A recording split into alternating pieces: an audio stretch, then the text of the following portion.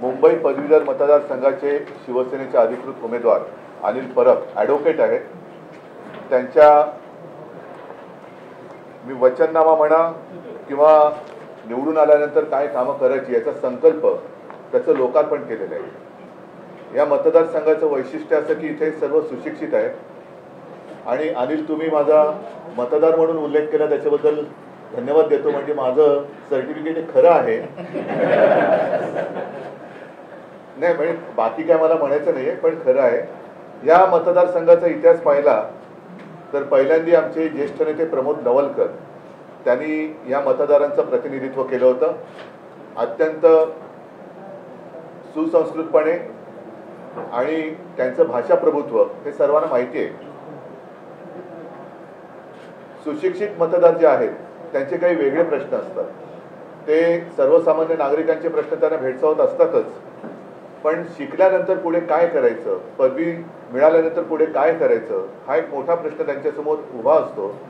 या मतदारसंघाचं प्रतिनिधित्व करताना शिवसेनेने सातत्याने हा प्रयत्न केलेला आहे आणि आता या सर्व अनुभवातून आणखीन पुढचा टप्पा आम्ही पार पाडण्याचा प्रयत्न करतो. त्यांच्यासाठी सुद्धा काही वचनं अनिल परब यांनी दिलेली आहेत. मी मुंबईतल्या तमाम पदवीधर मतदारांना हात जोडून विनंती करत आहे की जसं गेले जवळपास 5 टर्म तुम्ही आपले आशीर्वाद मतांच्या रूपाने शिवसेनेला दिलेले आहेत. शिवसेना आणि मुंबईकर हे नातं वेगळं मी काही सांगण्याची गरज नाहीये. तर त्या नात्यालाच आम्ही अधिक दृढ करू आणि आपल्या ज्या काही समस्या आहेत त्या प्रामाणिकपणाने सोडवण्याचा नक्की प्रयत्न करू.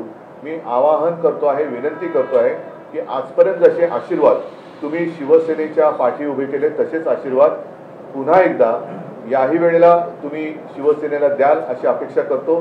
मात्र एक लक्षात घ्या की हे मतदान हे येत्या 26 जूनला आहे आणि 26 जूनला सार्वत्रिक निवडणुकीप्रमाणे सुट्टी नाही आहे.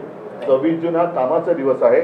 तर मी सर्व मतदारांना, माता भगिनींना आणि बांधवांना भगिनींना विनंती करतो आहे की आपण कार्यालयात जाण्यापूर्वी, आपल्या कामाला जाण्यापूर्वी मतदानाचं कर्तव्य बजावून शिवसेनेला आशीर्वाद देऊन आपण आपल्या कामाला जावं ही मी त्यांना हात जोडून विनंती करतो. विधान परिषद निवडणुकीवरून काही प्रमाणात नगरमध्ये बिघाड नाही झाला. आज आम्ही त्याच्याबद्दल जो काही थोडंसं काय होतं, एक साहजिक आहे, ही गोष्ट खरी आहे की संवादामध्ये थोडंशी एक लूज कनेक्शन होतं. कारण मी सुद्धा निवडणूक झाल्यानंतर एक 7-8 दिवस बाहेर गेलो होतो. दरम्यानच्या काळामध्ये तारखा जवळ आल्या होत्या, त्याच्यामुळे सर्व पक्षांनी आपापले उमेदवार जाहीर केले. आज आम्ही कोकण आणि नाशिकच्या बाबतीत जसं दिल्लीतल्या काँग्रेस श्रेष्ठींनी फोन करून मलाही सांगितलं, संजय राऊतना सांगितलं, त्याच्यामुळे तो एक समझोता आम्ही करतोय. थोड्या वेळात तुम्हाला तो कळेल. हो, त्यातलं आम्ही म्हणून म्हटलं ना, कोकण आणि नाशिकमध्ये आम्ही तो समझोता तो आता थोड्या वेळात तुमच्या समोर येईल. परंतु एक पुन्हा सांगतो की निवडणूक झाल्या मी इथे नव्हतो.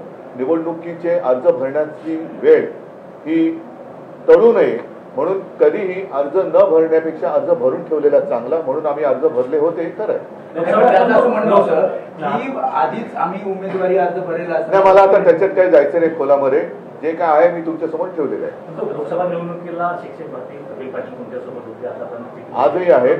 त्यांच्यासोबत सुद्धा आमचं विचार विनिमय सगळं सुरू आहे. मात्र यावेळीची त्यांना गेल्या वर्षीच मी सांगितलं होतं की शिक्षक मतदारसंघाची निवडणूक आम्ही लढवत आहोत. परंतु याच्या पुढे जाऊन जो काही आमचा एक मनोमिलाप असेल किंवा समझौता असेल तो आम्ही प्रामाणिकपणाने पार पाडू. उधर इसके अलावा जम्मू कश्मीर में पिछले 3 दिन में 3 बड़े आतंकी हमले हुए हैं. अभी भी सर्च चल रहा है, घटनाएं रुक नहीं रही, लोगों की जाने गई. किसकी जिम्मेदारी है? अब की बार वाले कहाँ गए? अभी बार बार वहां हमले हो रहे हैं, इसके बावजूद अब की बार वाले वहां जा नहीं रहे हैं. कल परसों मोहन जी भागवत उन्होंने भी कहा कि मणिपुर जल रहा है. 1 साल के बाद, खैर उन्होंने कहा तो सही, क्या अब भी प्रधानमंत्री वहां नहीं जाएंगे, गृहमंत्री वहां नहीं जाएंगे? कश्मीर तो उन्होंने पूरे चुनाव प्रचार दरमियान एक बड़ा प्रचार किया था. 370 आर्टिकल हमने निकाला. उसकी सच्चाई भी क्या है मैंने भी रखी थी सबके सामने. और हमारे जो वकील साहब है असीम सरोदे जी, उन्होंने भी कहा था. खैर वो बात अभी नहीं करेंगे, लेकिन क्या फर्क पड़ा है कश्मीर में? जाने तो जा रही है. और ये तो व्यस्त है सरकार हमने कितनी बार, तीसरी बार सरकार स्थापन किया, तो तीसरी बार स्थापन किया जरूर, लेकिन आपने अभी क्या कि पिछले कितने दिन में तीसरी बार हमला हुआ है? 3 दिन में 3 हमले हुए हैं। तो जिम्मेदार कौन है? क्या अब भी मोदी जी वहां नहीं जाएंगे? कि अब भी वो बाकी जो विपक्ष, हम तो विपक्ष नहीं मानते, प्रतिपक्ष कहते हैं, उनको ही खत्म करने में अपना आनंद मनाएंगे? तो जिम्मेदारी उनकी है। अगर उनसे ये सारी बातें नहीं संभाली जाती तो फिर से प्रधानमंत्री होने का उनको कोई अधिकार नहीं है। मोहन बाबू